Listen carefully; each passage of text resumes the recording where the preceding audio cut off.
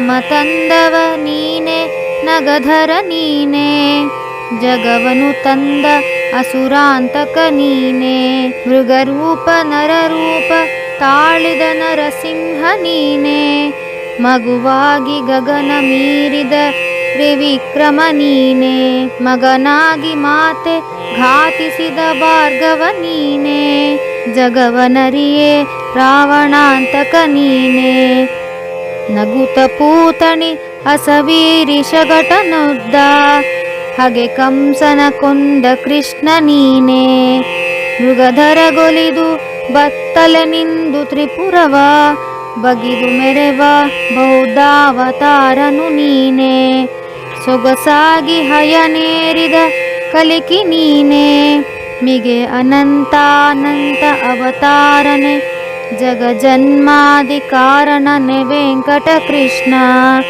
ನಿಗಮ ಗೋಚರ ಅಗಶೂನ್ಯ ಪಾವನನೆ, ಸರ್ವಾರಾಧಾರನೆ ಸರ್ವ ನಿರ್ಲೇಪನೆ, ಸರ್ವದರ್ಶನ ನಾಮ ವೆಂಕಟ ಕೃಷ್ಣ. ಒಳ್ಳೇದಪ್ಪ. ಅಂದಾಗೆ ರಾಜರು ನಾಳೆ ನಮ್ಮ ವಾಹನ ನೋಡ್ಲಿಕ್ಕೆ ಬರ್ತಿದ್ದಾರೆ. ನೀನ್ ಮುಂಜಾನೆ ಎದ್ದು ಬಂದ್ಬಿಡು.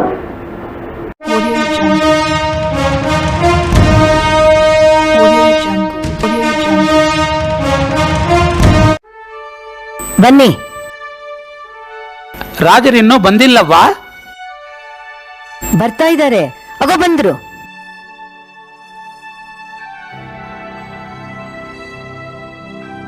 ಪ್ರಭುಗಳೇ ಬನ್ನಿ ಬನ್ನಿ, ಇಲ್ಲಿ ವಿಶ್ರಾಂತಿ ತಗೊಳ್ಳಿ. ನನಗೆ ಇದ್ಯಾವುದೂ ಬೇಡ. ನಾನು ಭಾಗಣ್ಣ ಬ್ರಹ್ಮಚಾರಿಗಳನ್ನು ನೋಡಲು ಬಂದಿದ್ದೇನೆ. ಭಾಗಣ್ಣ, ನಿಮ್ಮ ತಪೋನಿಷ್ಠೆ, ಪದಗಳು ಹಾಗೂ ಭವಿಷ್ಯ ಹೇಳುವುದನ್ನು ಕೇಳಿ ನನಗೆ ಅತ್ಯಂತ ಸಂತೋಷವಾಯಿತು.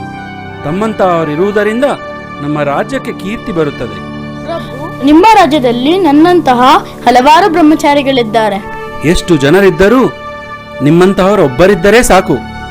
ನಿಮ್ಮ ಮಾತುಗಳನ್ನು ಕೇಳಿ ನನಗೆ ಮತ್ತಷ್ಟು ಸಂತೋಷವಾಯಿತು. ದಯವಿಟ್ಟು ಈ ಧನ ಕನಕಗಳನ್ನು ಸ್ವೀಕರಿಸಿ.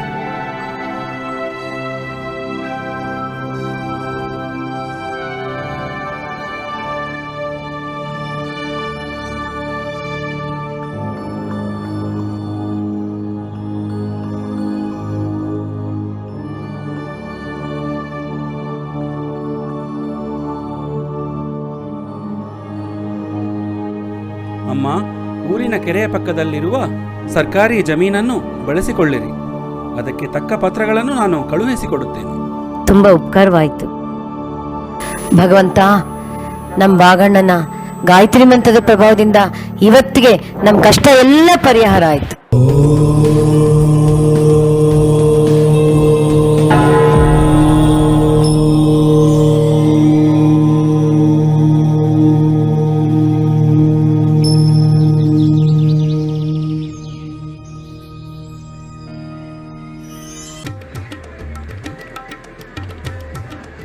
స్వామి, నా జాతకం చూసి చెప్పండి స్వామి కొంచెం. శనిదోషం ఉంది. నీవు 5 వారాలు ఆంజనేయ స్వామి సేవ చేస్తే నీకు శనిదోషం పరిహారం అయ్యి అంతా మంచిదే అవుతుందప్ప. చాలా సంతోషం స్వామి, మీరు చెప్పినట్లే చేస్తాను. పోయిస్తాను స్వామి. ನಮಸ್ಕಾರ ಸ್ವಾಮಿ, ನಮ್ಮ ಜಾತಕ ನೋಡಿ ಸ್ವಲ್ಪ ಹೇಳ್ರಿ. ಹೋದ ಜನ್ಮದಲ್ಲಿ ನೀನು ಮದುವೆ ನಿಲ್ಲಿಸಿದ ಪಾಪದ ಫಲವಾಗಿ ನಿನ್ನ ಮಗಳಿಗೆ ಮದುವೆ ನಿಧಾನ ಆಗ್ತಾ ಇದೆ. ನೀನು ಶ್ರೀನಿವಾಸ ದೇವರ ಸೇವೆಯನ್ನು 7 ವಾರ ಮಾಡು. 1 ತಿಂಗಳಲ್ಲಿ ನಿನ್ನ ಮಗಳಿಗೆ ಶ್ರೀಮಂತನಾದ ವರ ಬರ್ತಾನೆ. ಅವನಿಗೆ ಕೊಟ್ಟು ಲಗ್ನ ಮಾಡು, ನಿನಗೆ ಒಳ್ಳೆಯದಾಗುತ್ತೆ. ಹೋಗಪ್ಪ. ತುಂಬ ಚೆನ್ನಾಗಿ ಹೇಳಿದ್ದೀರಿ ಸ್ವಾಮಿ. ದಯವಿಟ್ಟು ಈ ಕಾಣಿಕೆ ತಗೊಳ್ಳಿ. ಬಹಳ ಸಂತೋಷ ಸ್ವಾಮಿ. ನಾ ಇನ್ನು ಬರ್ತೀನಿ.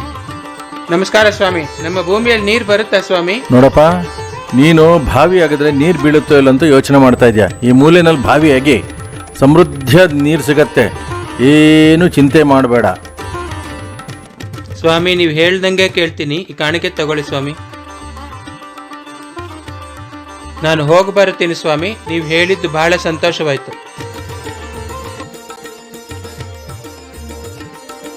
ಭಾಗಣ್ಣ, ಏನಪ್ಪ ಯೋಚನೆ ಮಾಡ್ತಾ ಇದೆಯಾ? ಅಮ್ಮ, ಇನ್ನು ಮುಂದೆ ಮುತ್ತನೂರಿಗೆ ಹೋಗಿ ಅಲ್ಲಿ ಶ್ರೀನಿವಾಸನ ಸೇವೆ ಮಾಡಬೇಕೆಂದು ಯೋಚಿಸುತ್ತಿರುವೆ. ಅದಕ್ಕೇನು, ನೀನ್ ಇಷ್ಟದಂತೆ ಆಗ್ಲಿ. ನಾಳೆನೇ ಅದರ ವ್ಯವಸ್ಥೆ ಮಾಡಿಸ್ತೀನಪ್ಪ.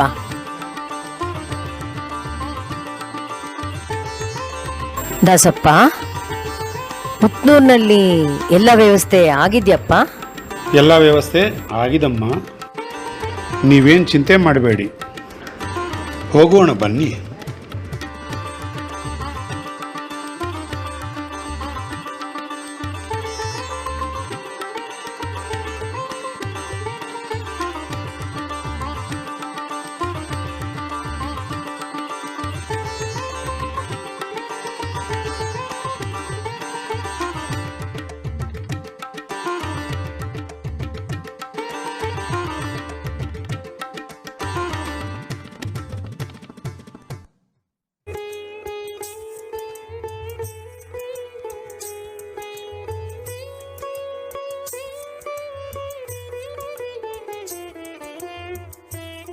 ಅಮ್ಮ, ನಾಳೆ ನಮ್ಮನೆಗೆ ಬ್ರಾಹ್ಮಣರು ಊಟಕ್ಕೆ ಬರ್ತಾ ಇದ್ದಾರೆ.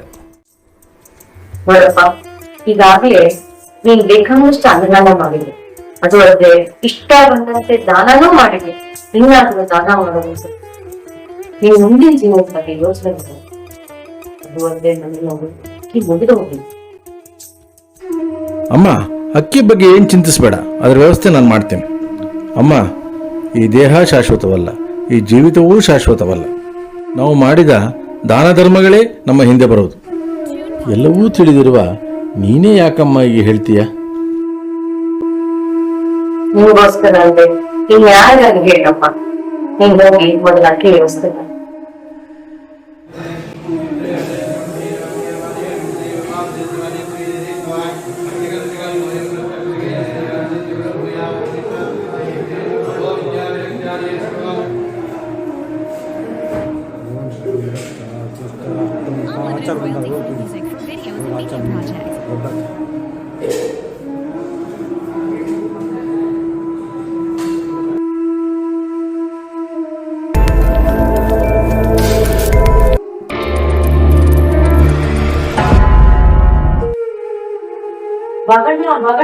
ಏನಮ್ಮ? ಉಡಂದಲ್ಲಿ ಅಕ್ಕಿ ಕಾಣಿಸ್ತಿಲ್ಲಪ್ಪ, ಬರೀ ಹೂಗಳೇ ಕಾಣಿಸ್ತಿದೆ. ನೋಡಿದ್ಯಾ ಅಮ್ಮ, ನೀನು ನಮಗಾಗಿ, ನಮ್ಮ ಜೀವನಕ್ಕಾಗಿ ಅಕ್ಕಿ ಇಲ್ಲ ಎಂದು ಹೇಳಿದ್ದಕ್ಕಾಗಿ ಏನು ಫಲ ಬಂದಿತು? ಇನ್ನಾದರೂ ಯಾರಿಗೂ ಏನೂ ಇಲ್ಲ ಅನ್ಬೇಡಮ್ಮ.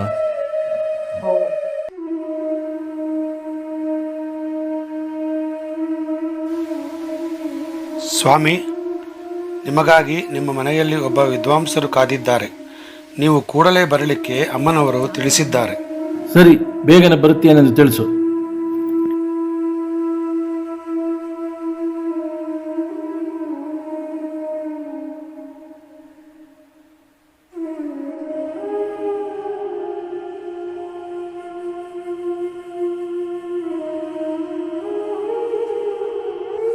ನಮಸ್ಕಾರಗಳು ವಿದ್ವಾಂಸರಿಗೆ.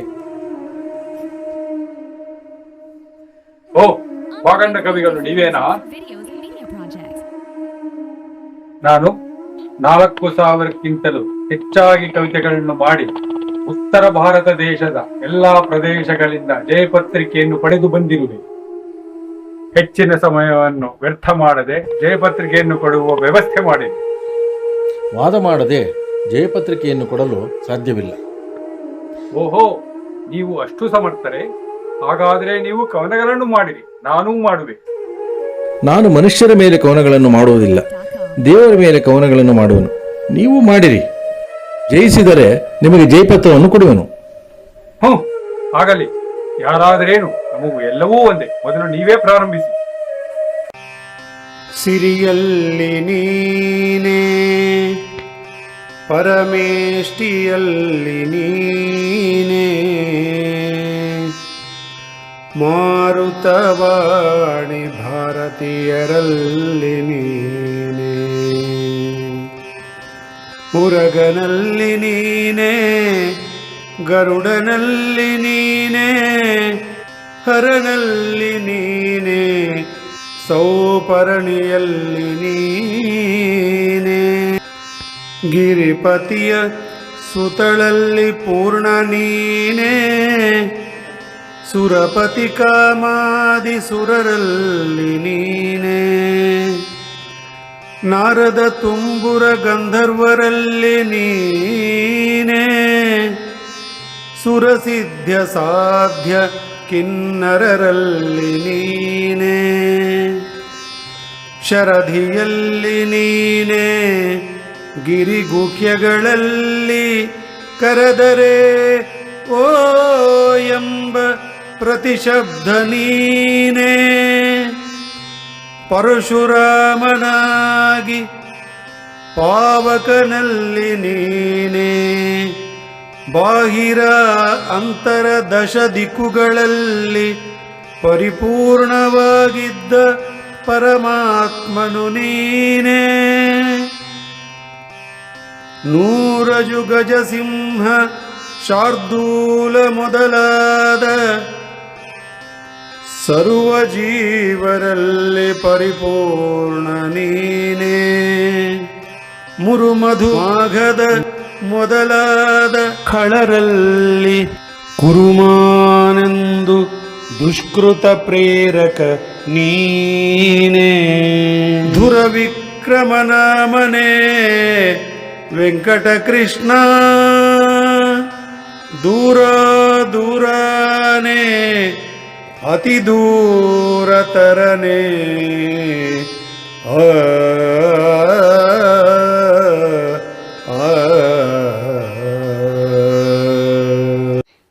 ಭಾಗಣ್ಣ ಕವಿಗಳೇ, ನೀವು ಇಂತಹ ಮಹಾತ್ಮರೆಂದು ತಿಳಿಯದೆ ನಿಮ್ಮಲ್ಲಿ ಅಜ್ಞಾನದಿಂದ ಜಯಪತ್ರಿಕೆ ಕೇಳಿದೆ. ಇಂತಹ ಸುಂದರವಾದ ಪದಗಳನ್ನು, ಪರಮಾತ್ಮನ ಸ್ವರೂಪವನ್ನು ಮತ್ತು ಅವನ ಗುಣಗಳನ್ನು ಒಂದೇ ಪದ್ಯದಲ್ಲಿ ಕೊಂಡಾಡಿದಿರಿ. ಮೊದಲಿನ ಪದ್ಯವೇ ಹೀಗಿರುವಾಗ ಇನ್ನು ನಾನು ಗೆಲ್ಲುವ ಪ್ರಸಂಗವೇ ಇಲ್ಲ. ವಿದ್ಯಾಮದದಿಂದ ಬಂದ ನನಗೆ ನೀವೇ ಏನಾದರೂ ಒಂದು ದಾರಿ ತೋರಿಸಿರಿ. ನೀವು ಮನುಷ್ಯರ ಸ್ತುತಿಯನ್ನು ಮಾಡದಿರಿ, ದೇವರ ಸ್ತುತಿಯನ್ನು ಮಾಡಿರಿ. ಅವನು ಕರುಣಿಸಿಕೊಡುವ ಜ್ಞಾನದಿಂದ ಜನರಲ್ಲಿ ಅಜ್ಞಾನ ಅಂಧಕಾರವನ್ನು ಅಳಿಸಿ ಅವರಲ್ಲಿ ದಿವ್ಯ ಜ್ಞಾನ ಜ್ಯೋತಿಯನ್ನು ಬೆಳಗಿಸಿರಿ. ಮುಕ್ತಿ ಮಾರ್ಗ ತೋರಿಸಿಕೊಟ್ಟ ನಿಮಗೆ ಧನ್ಯವಾದಗಳು.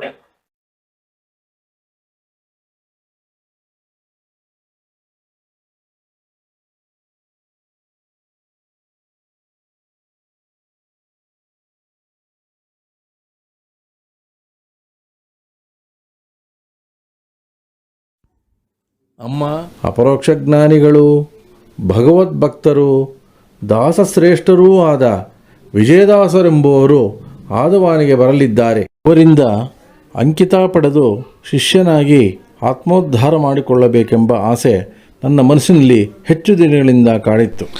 ಆ ಮಹಾಭಾಗ್ಯ ದೊರೆಯುವ ಸಂದರ್ಭ ಈಗ ಬಂದಿದೆ. ಈ ದಿನವೇ ಆದವಾನಿಗೆ ಪ್ರಯಾಣ ಮಾಡಿ ಅವರ ಶಿಷ್ಯತ್ವವನ್ನು ಪಡೆದು ಮರಳಿ ಬರುತ್ತೇನೆ. ಹಾಗೆ ಆಗ್ಲಪ್ಪ, ನಿನ್ನ ಆಸೆ ಪೂರೈಸೆಂದು ನಾನು ಭಗವಂತನಲ್ಲಿ ಪ್ರಾರ್ಥಿಸ್ತೇನೆ.